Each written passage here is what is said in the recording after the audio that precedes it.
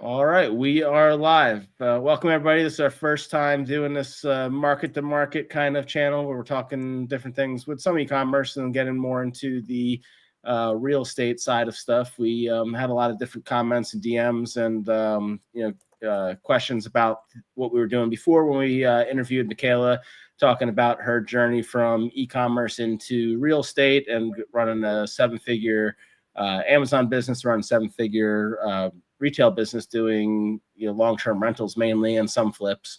And the response was, we saw that you all want to hear what we have to say about it and listen more about what Jeff's short-term rentals are and my experience with renting and flipping as well. So here we are. So we hope you guys all enjoy it, and we'll kind of kick it off with just talking a little bit about how really have Jeff, I guess, start off with how you got involved with it and your story about what you're currently doing in real estate.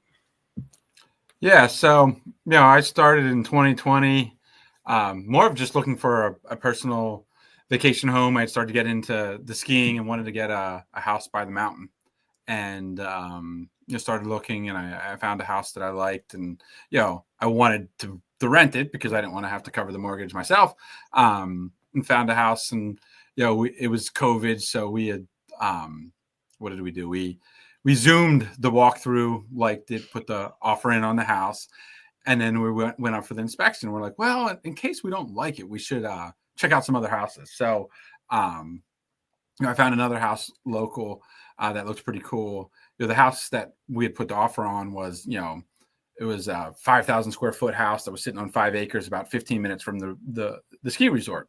And then, found another one that was, completely different in the fact that it was a 5-bedroom duplex, right on the main access road, a mile from the resort, walking the distance to various restaurants and bars. So, and we looked at a couple of other houses too, but that was the one that I was most interested in. I think my real estate agent had identified a few others. So popped into that property, and the one that, we originally, and they both looked good. And the one I liked about the duplex on the access road was that's going to be a renting champ, right? Like, it's right on the access road. You're a mile away. And I did get a little nervous on the one that I was purchasing because it was, so far away. But we decided, what the heck, let's try them both. I hadn't done a lot of, research on, short-term rentals. I just it's real estate. You can't go wrong, right? And besides that, I did try to run a few numbers, and I'm like, okay, it does seem like, at that time when, I think the one rate's like 2.75% and one's like 3% or whatever, at those rates and at the market prices that we were purchasing at the time, said, we got to be able to make this work. So practically giving money away at that point. Yeah. So I said, what the heck, let's go for it.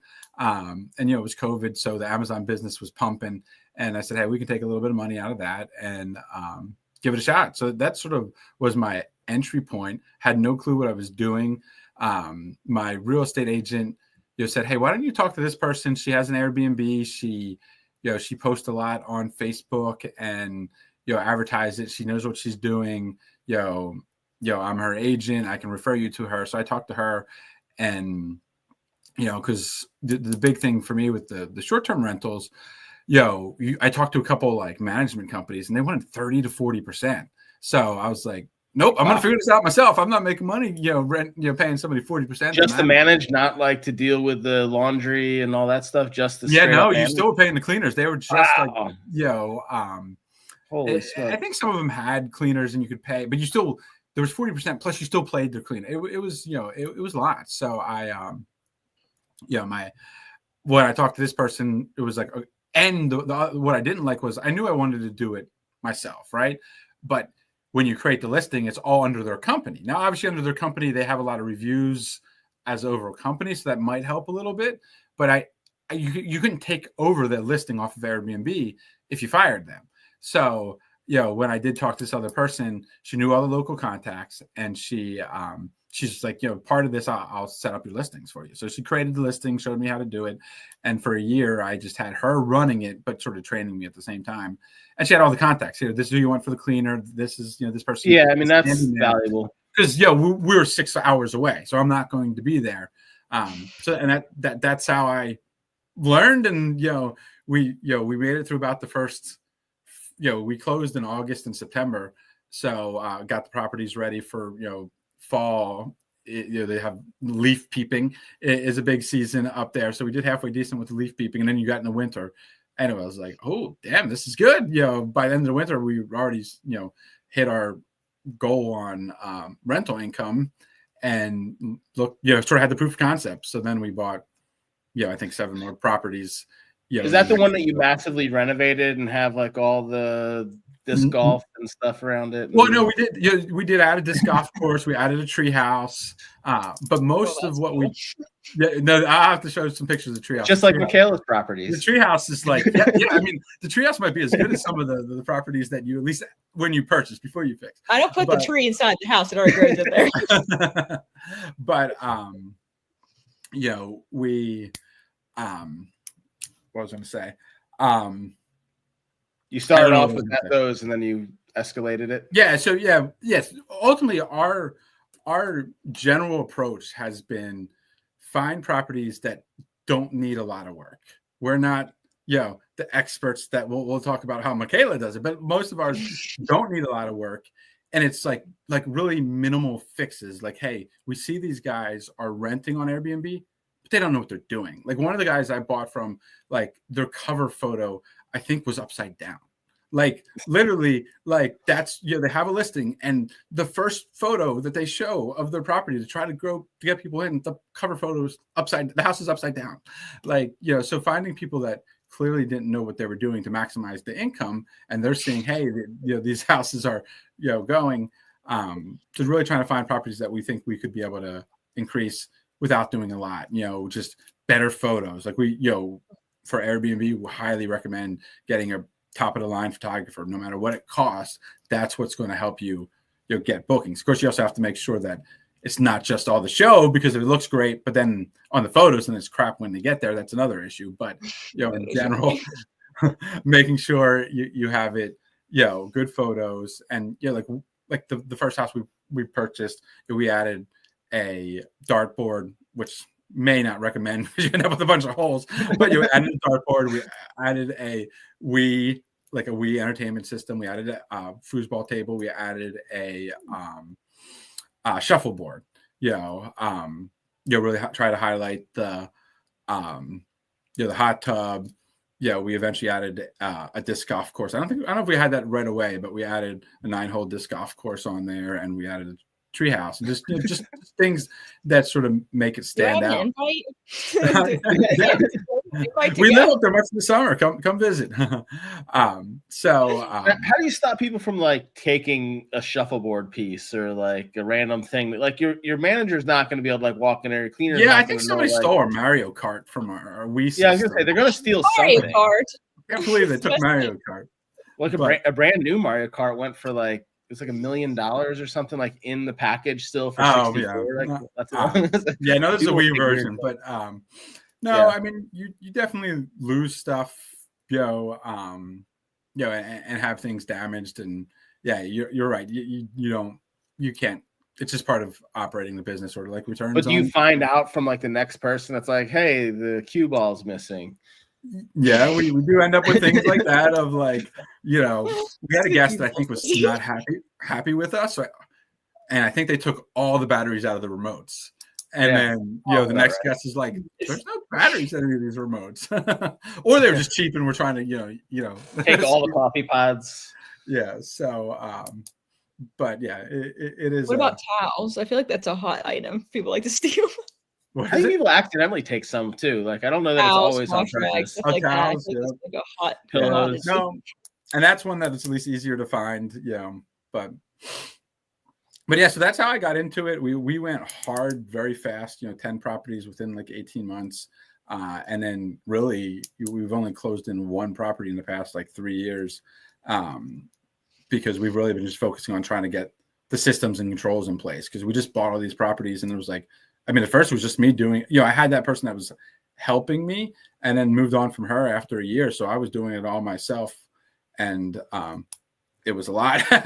It's still a lot, but I eventually hired somebody to manage it, but we're still almost like getting caught up with like some of the renovations, and we still I still I need to implement like a property management system instead of just utilizing everything off of Airbnb and Verbo. Have a software that sort of manages it all.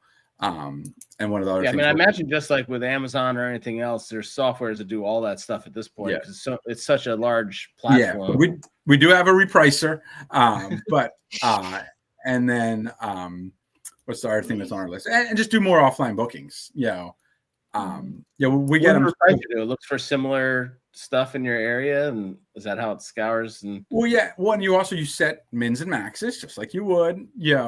I mean parallels. And we set the mins and maxes based off of we use one seasonality, right? Because the house rent's very different in February for the ski house than it does in April, May, where it's it's essentially mud season and it's low season. So and you said, okay, in this time period, the max we think we can get is this is the min, and then it's monitoring competitive the prices within the market, and it moves it up and down. And then as you get closer, you can have it set, hey, you want it to go more aggressive, to try to get it sold out. You can, it acts different if it's like a, what's it called? Obviously weekdays versus weekends, but as well as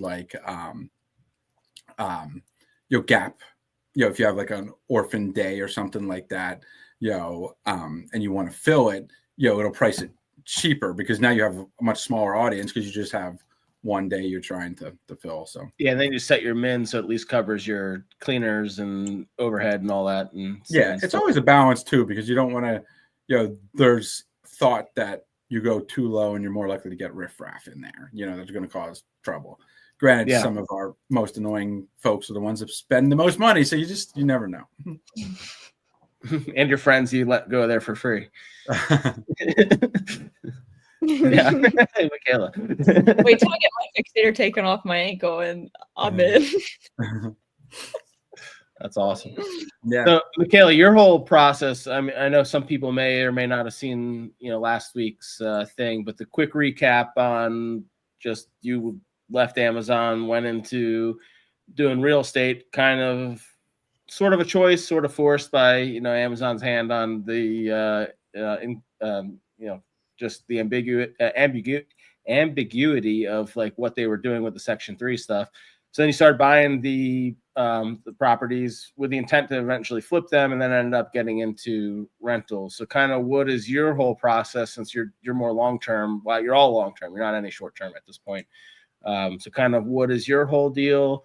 How do you fund it? How was it all? So just a kind of a sort of a recap on some of last week's or 2 weeks ago stuff into what you have now.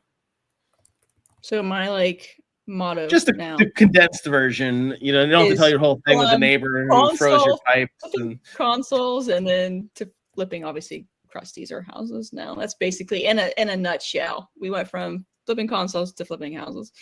But for me, I honestly got into it with my first rental and kind of had that rental mindset. And then whenever I decided to give up my account, obviously I wanted more money because rentals were only making me $250 a month. And so I only had one. So I wasn't a millionaire or anything crazy.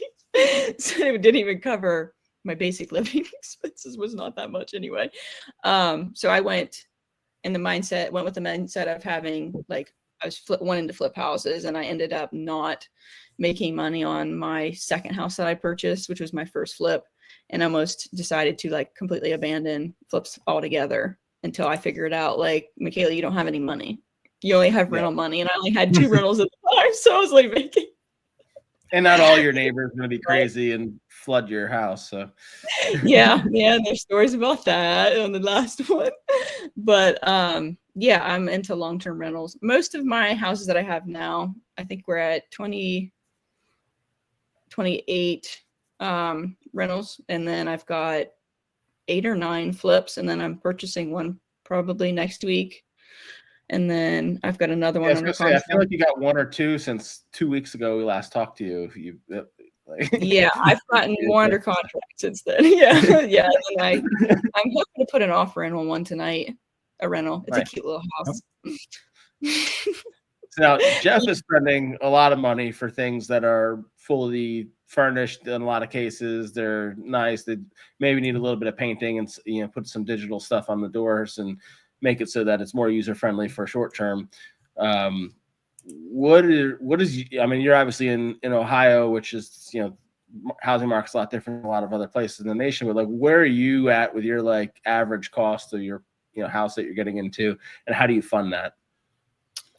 So most of my houses are usually, I'd say, between like 30 to 60,000 for just the purchase. And then most of my loans are honestly between 80 to 100,000. Sometimes I'll have a little bit lower, like the next house, if I end up purchasing it, it'll be like maybe 70 or maybe 65 total all in. So like, obviously there's a lot of places that there's no way you could even buy a house for 100,000, let alone fix it up and then sell it again. Yeah, but I mean, like, so is that a type of house that like someone could or was living in recently, or is that something that's been long abandoned? And so no, besides water, we're talking about houses that people have literally lived in. They're currently in them. They have been out of them maybe for like a few months. Or unfortunately, the owner may be in a nursing home now. They might have passed away, or they just moved, or whatever the case may be. But I've had cases where the person was living in it, and like I needed to fully like gut renovate. You should have been living in kind of situation. So it's kind of sad to see. You don't really think about things too much until like you go and like look at people's houses, and you're like, wow, like these people are living in this house. Like it's wild. Very wild. Especially like landlords here. I used to sell security screens in places that were like the, you know, the Section 8 style houses, and some of them are, Section 8 stuff's fine, but there are some neighborhoods that are very much below what I would call the average living circumstances. And then you get into, you know, slumlords and those kind of things where they have issues with them. The one we were measuring to replace security screens in, they were roasting a pig in their bathtub inside. It was just, I like the thought process that goes into doing that is just amazing. Where was that was in, that was either Pennsylvania or New Jersey. It was. That has to be like an East Coast Midwest thing. Oh no, I've been to some DC ones that have been bad, and some where like the police have seen me out there and they're like, "It's fine that you're here now, but you need to leave here by 3 because I'm not coming back if I get a call." And they're like, "After 3 o'clock, I'm not here." So they're like, I was like, "All right, like let's go." So yeah, there's certainly some bad areas like that, but you're not really getting into those kind of things. You're just getting into houses that are more in disrepair, need repairs, hopefully in a better area where the rental income can be, you know, positive, obviously, because you want to pay off the house and pay off any of the loans that you get, because you currently don't use your own money anymore, correct? No, I've never used it. It's been probably 2 years almost. Yeah, it'd be almost 2 years ago, because I bought my second and third property back in August of almost 2 years ago now. So I haven't since then. Yeah, no, I use 100% other people's money. So basically what I do is I like raise money through social media, through people I know, through connectors, basically anybody that knows somebody or themselves who has extra money. It could be as little as like 20 grand. And they just have it in like a high yield savings account. Maybe they have in stocks. Maybe they have a financial advisor and they want to like diversify their portfolio, whatever the case may be, rainy day funds, pretty much anything. Roths, I've had it pretty much all. Credit cards, I've had people drain credit cards, 0% interest credit cards to do it. So yeah, I've just raised it basically from, most of them are like individual first time, very small lenders, like nothing crazy, but I do have obviously lenders who lend like basically full time. So like people that, you know, have their own documents created, like take this very seriously, like this is their income.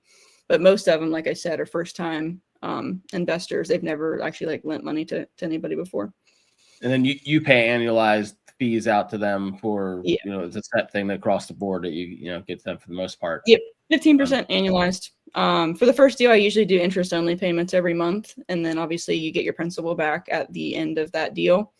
And then moving forward, I just do like a balloon payment at the end with the interest and then the principal. It just helps. Like a lot of people are like, well, why do you do it like that? And I'm like, listen, I have like anywhere from at minimum 6 projects going at one time. Plus I usually have anywhere from 3 to 4 on the back burner. So that's a lot. Most of my interest payments are like $1,000 a month. So I'm spending upwards of $10,000 a month on interest payments. And so it's just like, that's a lot. Yeah, but I mean, a lot of things that people may not understand is like you could have millions of dollars in the bank, and it's not always good to be using your own money to, fund the projects, because it looks, bad to somebody if you do have to lend something, or to allow you to invest in other things if you wanted to invest in other companies or other large projects. Say a huge multifamily property comes up where you do have to throw in some of your own capital. You want to have that capital fluid or liquid to be able to go and do that, not tied up in other resources there, and then also have people on board to be able to invest more money with you so that you can fund those large projects. So that's one of the reasons you do it. Now, Jeff, you don't use other people's money, right? You're like funded either through your business ventures and Amazon or elsewhere.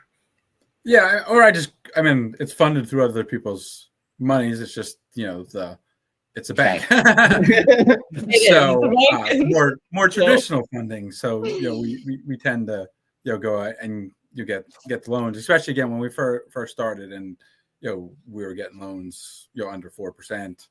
It was just to me it was just such a good deal. And again, under 3%, I said, I think we have a few properties locked under 3%, and the majority of them are under 3.5%. So it's to me, it was such a good deal and a good reason to, invest the money into the real estate. Was, hey. And if you're doing little changes, it's not like Makayla where she can then show the bank that the value of the home is so much more than what it originally was, and then hopefully negotiate terms down on different loans at refinancing, where you're kind of can't really do that. You can just show that there's income potential, but that doesn't really matter as far as the ratio of debt to value. Yeah, I mean, I've closed on properties, at like 11 a.m. and had a renter in there at 2 o'clock. It was just solid. There was not much, improvements happening on that house. And lots of times it's just quick. What can I do to quickly enhance it? In that case, it was one that we took over. She was on Airbnb. We thought we could do better than what she was doing. She wasn't using, clearly wasn't using a repricing tool. She was renting much lower than, we thought you could rent it for. So we took over, but she really wanted us to take on her rentals, which, I didn't want to do, but, it was either that or the house wasn't gonna come. So we ended up, agreeing to it.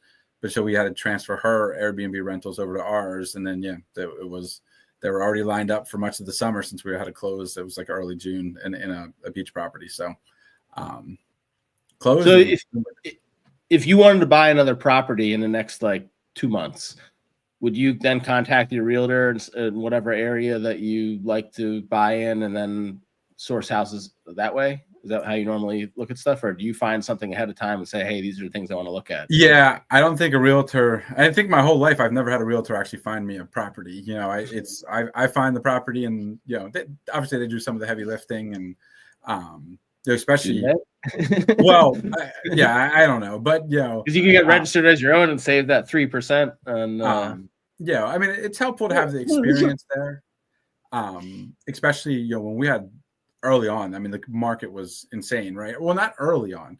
The first house I bought, I think, sat on the market for 5 years or whatever. Wow. And then the other one was relatively new on the market, but the way I found it was on the town's local real estate investor group. They were posting about how expensive this property was, and I was like, that looks like a pretty good deal to me. Yeah. Maybe I'm, don't know the local market, but that seems like a deal. So, that's how I found those two. But shortly after that, obviously, a lot of people started to do the same thing I did, and we would have 10, 15 different offers, and my real estate agent was usually pretty good at understanding the market there, and what's the other word I'm looking for?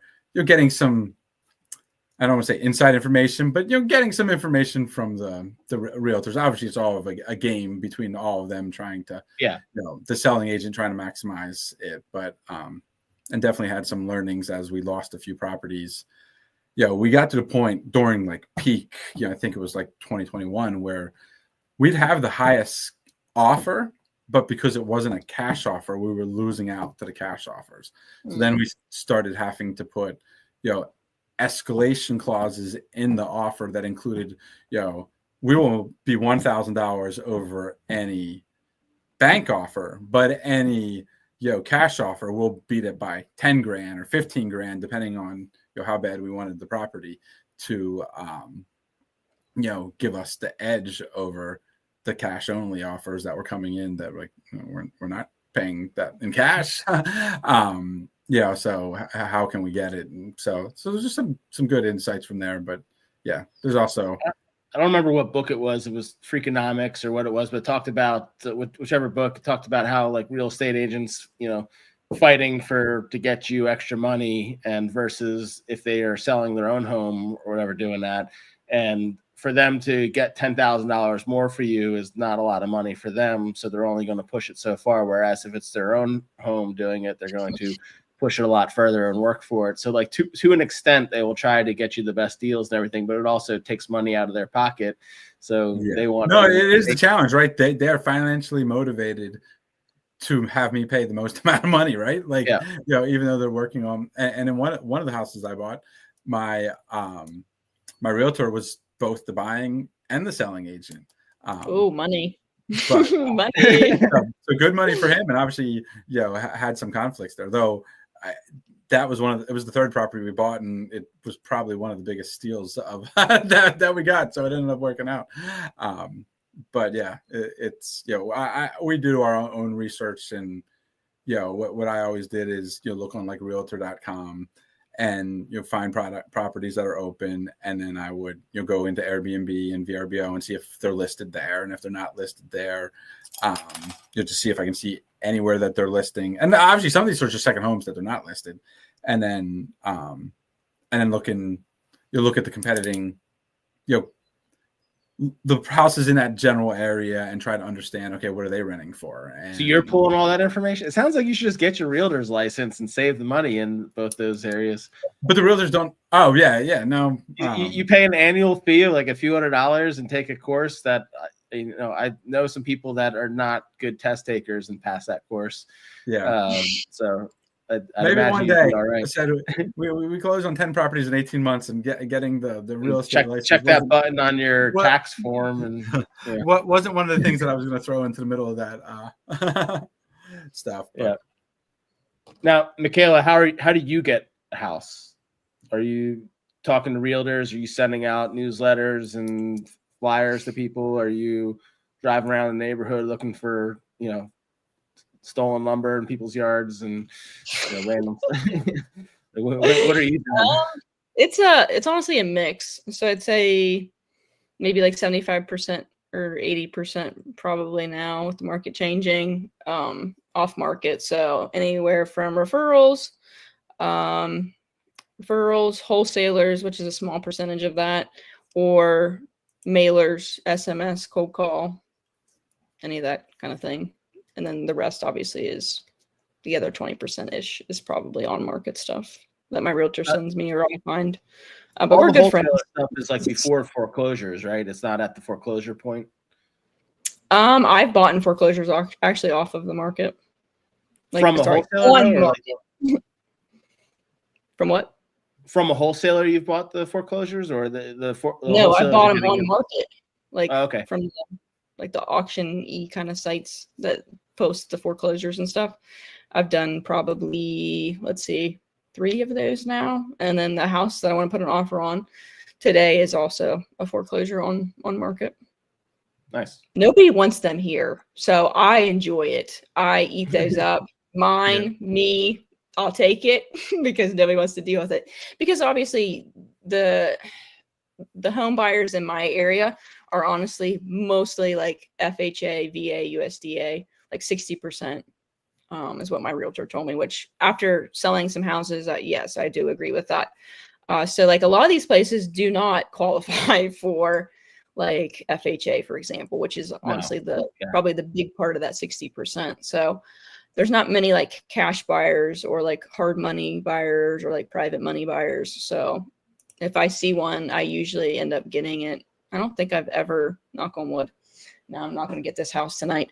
I've not had any issues with it lately, but yeah, I think I bought 3 so far on market foreclosures, but I've not done anything really off market, like pre-foreclosure really. I did stumble upon, which I didn't really know at the time this was going on so I bought a house on a street and we were doing the renovations and stuff. And the guy next door actually stopped, like literally the red house right next to it. He stopped over and was like, "Hey, would you be interested in like looking at my house? Like it's my parents' old house. I want to downsize. It's just me and my girlfriend. Like, I'm not really interested in a 4-bedroom house." And I'm like, "Yeah, sure." Then I come to find out that he was actually in pre-foreclosure. And so I had to bring him out of it, pay for all of his arrears and everything. I ended up doing a subject to agreement on that one, actually. His payment was like $400 a month. And I'm like, "You're going and you're moving to an apartment that you pay $700 a month for." Wow. He literally did not pay his water bill. I inherited a like $600 water bill, which I knew was probably going to happen because of him being in pre-foreclosure and everything. That's just expected. But he ended up getting his water shut off, and he was living in the house for like 2 weeks without running water. Wow. That's Yes, that happens. Yeah. I mean, I think I told you, one of our family members, I think it was my dad's uncle or something like that, used to, do these flipping houses. And I think he got either foreclosure or something, that there were tenants in there that were getting booted or something had happened. And then he found out he had replaced all the plumbing in the whole house because they poured concrete down all the drains before they left the property. And he had to rip out everything and redo everything all the way out to the street. That's wild. There can be some nightmare stuff that happens when people get mad. And again, like I've done all the habitat stuff, and you get in there and there's, it's almost like it's booby trapped because there were squatters in there before. They just don't want people coming in, and for whatever reason, there's just stuff that like it looks like it's set up to hurt people to come into the home. So it doesn't sound like you're getting into too much of that, but it's not far off from some of the properties. So hopefully it stays that way. Call me Ricky Bobby. Now, will you continue to start buying more expensive homes and to generate like higher rentals, or are you just kind of going to stick with where you're at now and those size of homes until you find something bigger? Because I know you discussed going into commercial and larger properties. I go back and forth like all the time. Honestly, it just depends on how I'm feeling. I look at. Like today, I have a house being listed. Not today. I had the pictures taken today, and I was stressing out because we didn't have the house completely finished, and the photos were being taken. And then days like today, I'm like, do I want to scale this like even further and like take on like big projects if I keep, you know what I mean? But then some days, like whenever I obviously list a house and I get an offer accepted above ask and stuff, and like people tell me how much they love their house that they bought from me, and then I'm like, this is why I do it. So honestly, I change my mind all the time, but my end goal honestly is still the same, and it's developing. Yeah, but that's down the road. I want to get into probably bigger multifamilies. The biggest I own right now is my 8-unit, but it's not technically 8 units together. It's 2 lots. They're right next to each other. One's a 4-plex, which I posted a picture of today. There's a snake decided to be my new tenant this month. Oh, It was up in my, we put insulation and we put some plastic over top of it to keep it in. And he got in there and he was just chilling in there. He was a very big snake, very, very long. And now he got hopefully it's just the snake and not the mice that typically go with the reason why snakes are there. Do not wish that upon me. There's probably rats, but who knows? But yeah, that's like the biggest I own is technically a fourplex, but it's an 8-unit project. That's still pretty nice. Now you have to have different insurances and stuff, I assume, for that. Do you have to, in Ohio? Do you have to have a sprinkler system and fire suppression system and alarms and stuff for those size? Do you know? No, I'm not that. I'm just not finding out about it. So I don't know. I know there's certain areas that when you hit above a certain height, like if it's a 3-story, then you need to have it. Oh yeah, other areas. This is a place. This is not. This is like they're all 1 bedroom, so it's pretty. It's not that my single family house that I have in the front is actually taller. Yeah. There's all sorts of different things that get on with it, and the last person you ever want to upset is the fire marshal, because they can do whatever they want and come in whenever they want, and for a reason. They're protecting people. Code enforcement. Be nice code to enforcement too, but the fire marshal, they can do whatever they want. They can say that your house cannot be inhabited. Like they could just put a flag on it and say everybody out. So yeah, there's always want to be cautious with that when you're purchasing, because that's one thing that I know, that if you have to, like, say you buy an apartment complex, a small one, and you have to upgrade the fire suppression system or the fire alarm system, that can be massive money, because sometimes it's ripping out everything because what's currently there may not be to code. So there's different like series of wires and how everything needs to be run and how all the announcers need to work. And it can be like there's people that's all they do is they upgrade apartment complexes on their fire suppression, fire alarm system. So just if you get into it, be very weary of what that all is. Yeah, that sounds like a headache. It sounds like a headache down the road for me. Yeah. So do you have cameras and stuff at your properties at all for your rentals? For that 8-unit, yes, I definitely do, because I have crackheads that like to live in one of my basements. So somebody stole my door too. Your door? Yeah, like one of the doors out of my house. Not a new one, thank God. I literally have a video. It's like 2 seconds long. It's like 2 guys just carrying it on out, and I'm like, I don't have to pay for the dump fee on that one. So you go ahead and take some more trash. Be my guest. Don't take anything that's new though. That's the only thing I need to keep that. Yeah, it was so random. I was looking one day because I kept getting notifications, because the way the cameras are set up, the angle, sometimes it catches like the oncoming traffic too. And then I just have it set all hours just in case, so I don't forget. So it obviously catches like semi trucks and the garbage man and like big, trailers and stuff. So I saw it coming in, and I was just looking, and it was like 12:35 a.m. on a Sunday. And I'm like, who was that? And so I looked and I pulled it up, and it's just like 2 dudes just nonchalantly carrying a door. I don't know where they took it. I don't know what they did with it. That was it. That's all I know. Not your problem anymore, I guess, but yeah. Not my problem anymore. He took a door from me. That does save me a little bit of dump fees. And Jeff, I assume that you have to have some cameras and stuff. I mean, on the outside of the property, obviously, because you're dealing with people coming in and out all the time.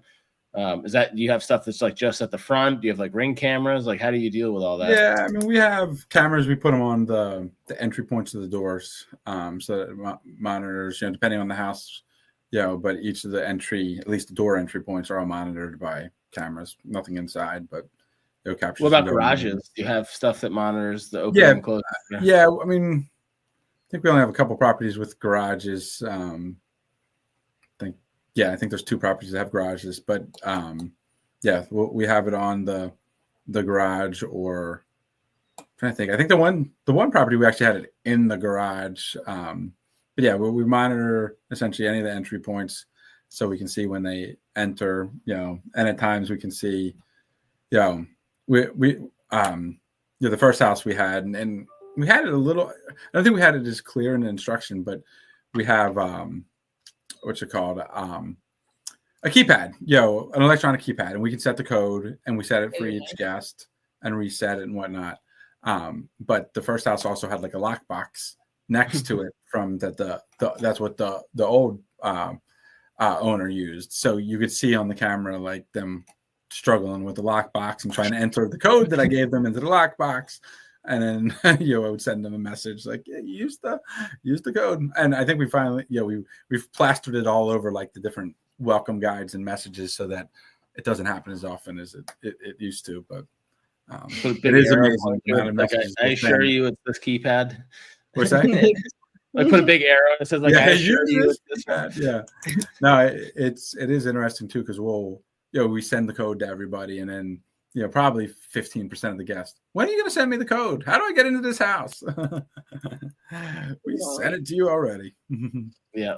So, and then our the person that we hired to manage the properties now, that she deals with all the guest communication. Her favorite thing to say is, "Have you read the guide?" Or I can't say it that way. She says, "It is on page 8 of the guide," and just reference the guide so that they know, hey, it might be worth reviewing that. Wow. Now, have you ever had an issue with like somebody going into your house that wasn't supposed to be there or getting into it? Yes, we've had quite a few. Well, I would say quite a few, but we've had 2 big blunders with that one. So that one property that I was talking about that was right near like all the restaurants and bars, right? So right in front of us of that house is a like a property management company essentially. So and I guess guests go there to their house, which is like not really a house, but it's more like a commercial building. Well, it is a house, but it's a commercial, pick up your real rental keys or whatever. So they picked up their stuff, and I have no idea. They rented a condo nowhere near our house, but they picked up the keys and they walked, I think, from that parking lot right to our house because they're sort of like connected, and went right in.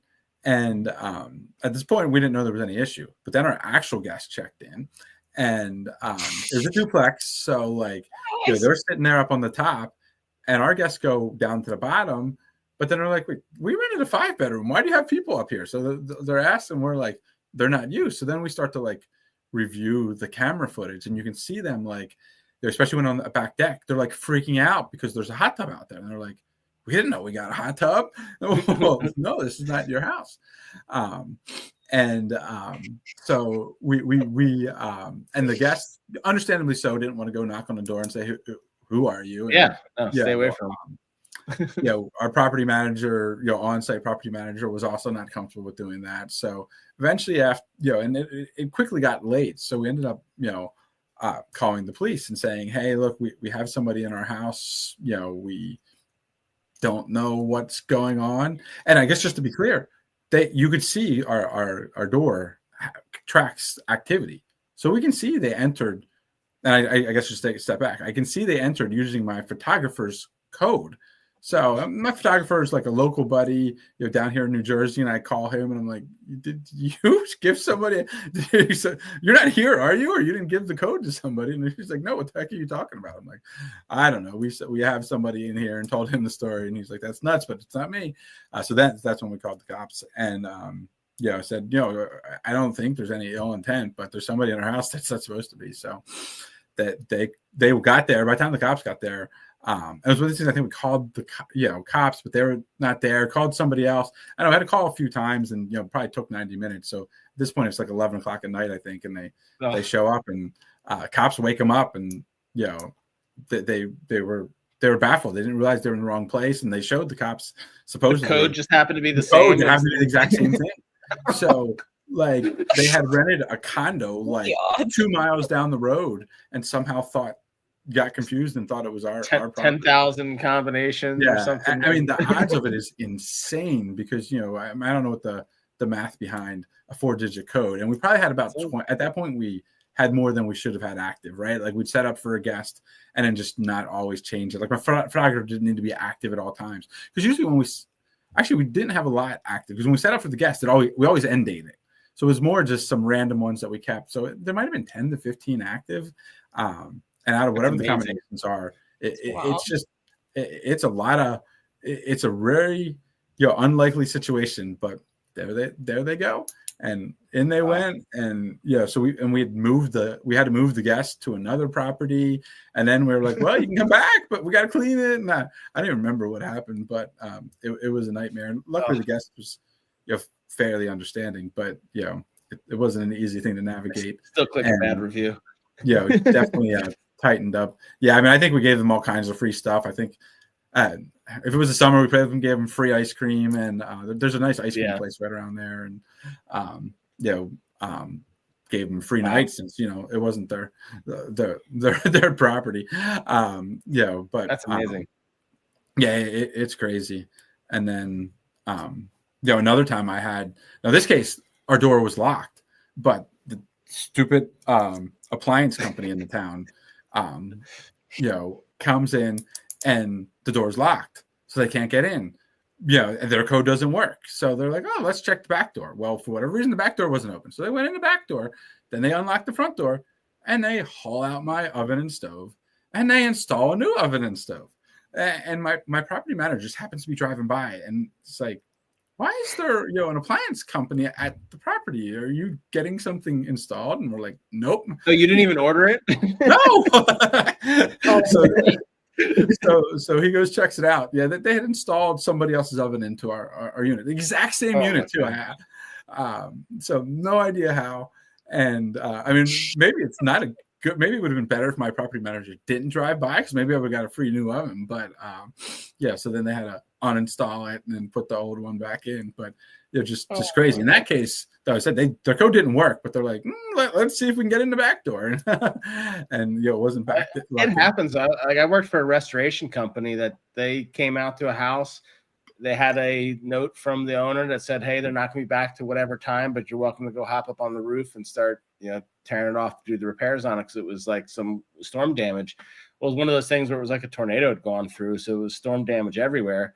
The people who pulled up, they're working a long day. They didn't really pay a whole lot of attention. They went to the house across the street, ripped off their roof, and were putting a new roof on their roof. When we get a phone call from the owner saying, hey, someone's supposed to be here. We see that you're across the street working. When are they going to be done? We're like, what are you talking about? They put a new roof on the neighbor's house, and it's on a townhouse in the neighborhood. And I tell the story because it's happened to us, but I'm sure it happens all the time. Oh my God. But it was like the whole neighborhood needed a new roof. So it was like, they saw a really badly damaged house, and it was a similar number, but it was not the address. What do you do at that point? Nothing. Yeah. They just got a free roof. Yeah, they got a free roof, and you do the one across the street. Like, you can't I mean, what are you gonna do? Here, they take it back. I do think we had to get signatures from the owners, like saying that, like, because you've now done work at somebody's house. Yeah. You sort of got to warranty it. It's like, because they have a problem with it now, and they weren't originally having an issue. I mean, it's something. But yeah, they got a free roof out of it. It was a weird thing that happened. And again, like, companies, they don't call their insurance company to fix. Like, it's got to be a $30,000 issue for you to even consider calling your insurance company. And it was not a $30,000 roof. It was just a townhouse. So they did it, and then they got more shingles than the neighbors across the street, and they're both happy. It's amazing. Yeah. I mean, you hear this. I hear the same thing with like janitorial companies, like the house cleaners. Look, they keys under the mat. They go under the mat. They open it. They go in, and like I think you and I were talking earlier, you get some weird setups in some neighborhoods where it's like D3 doesn't mean it's building D. It just means it's the 4th floor or something. And so they go into D3, think it's the right one, keys under the mat. They go in and they clean the house, and then they get a phone call like, hey, when are you showing up? And it turns out they cleaned somebody else's house. Yeah. They weren't at home. So it happens. I was going to get so lucky. Like no one's coming to clean your houses and emptied out all the trash that people leave behind. Yeah, we have cleaners at this point, but I take a free roof. Yeah, no, I mean it was pretty insane, but yeah, I'm sure it happens. I mean, that there's like, especially in areas that have lots of storm damage where the whole street's like that, and like, I mean, we've been at intersections that are Oak Street and Oak Street, and we're like, who would do this? Like, why is this a thing? Like, how do you know? Like, literally Oak Street. Like, I don't know how you differentiate between what's what in it. But yeah, it's amazing sometimes some of these places. But in this case, it was not that. It was just the wrong number they went to. So do we have any questions from the people that are on the call here that we can kind of answer, go over stuff about, how any of us fund things? If you have extra money lying around, you want to fund things and make some money, or if you have other questions about real estate or the Amazon stuff in general. I mean, if anyone's got anything, we're happy to kind of circle through and answer whatever you have. And if we don't, I don't know if you have any funny stories you want to end with, Makayla, and then we can wrap it up if no one's got any questions. I've got stories for days, years, decades. Already, you've only been doing it for a few years. I know. I've only been doing this for not even 2 years yet. It's going to be 2 years in August. And I just feel like I've got so many different things. Are you ever nervous when you buy a new house at this point, take on a new project, if it's of a similar size and stuff, or you kind of have the system I get down? balls to walls now. I just get balls to walls. Nothing scares me at this point. And that's honestly a double-edged sword, because I've done full guts at this point. I mean, I won't touch foundation work. That's the only thing that does scare me. The only what about fire jobs or mold jobs and stuff like that? We've done this before, not like a ton of fire damage kind of thing. But we've had houses that have caught on fire before, and we've done mold remediation and all of that stuff. None of that scares me. Cat pee everywhere. Always cat pee. It's always cat pee. Cat pee equals money. So if you ever want to know how to do real estate, cat pee equals money. So that's all you need to know. Destroys everything. Soaks in the subfloors, destroys what it touches. But you get such a good discount. Such a good discount. I mean, as soon as you walk in, you smell ammonia basically, and you're like, okay, like there's cats in here, or probably still in there. Sometimes dead carcasses. Yeah. Well, hopefully it's cats, not people. There's a cat situation that it was one of my neighbors. She had like 40 some cats, and it was a sad story. But they were eating each other. Oh, because she wasn't able to feed them. She ended up in a nursing home, but they were eating each other, and there was 4 maybe or 7 left. I can't remember the exact number, but whenever they were rescued, basically there was only 4 or 7 out of 40 some cats. Oh my God, that's awful. Horrible. Yeah. Yeah. They just went full. Now, could you smell that neighbor's home from you standing at your house that you outside bought? The door? Yes. Yeah. 100%. 100%. Yeah, we've been to those ones where you walk in, you're like, wow, neighbors have cats. It's just especially bad. When it's hot. Yeah. Or they open a window. But yeah, that humidity touches it. It's a perfume bomb. Yeah. It's bad. When they have no AC, or they have the heat blasted to 80 some. Nothing better. Hot ammonia. Yeah. Man, that sounds awful. Well, I don't see any questions on here unless we're not getting all of them coming through. I think because we got some from X and some from YouTube here. But so either way, we can kind of wrap this up, and we can see if we get some good response from it. We can do it again, and answer more questions, talk more stuff, more stories, whatever you all want to hear. Sounds anything great. Anything you want to end with? All right. Well, I appreciate everybody's time. And I'll post some questions. Next time I'll do a with questions for people who can't comment, and I can cut it up and everything. Yeah. So this recording will be live on our YouTube channel, and then Makayla's also got the REI Makayla _ just how she has in her name down here for I think all of her handles. But do you have a YouTube? No, it's still FBA Makayla. Okay, so FBA Still, I can't get back to the roots. So they can reach out to you on Twitter and Instagram. I think Instagram you're most active on. And then if they have any questions with for you or getting involved with whatever you're doing and financing, then they can reach out that way. And then great. Okay, well thanks everybody for joining us, and we'll probably see you again on here next week. Sounds good.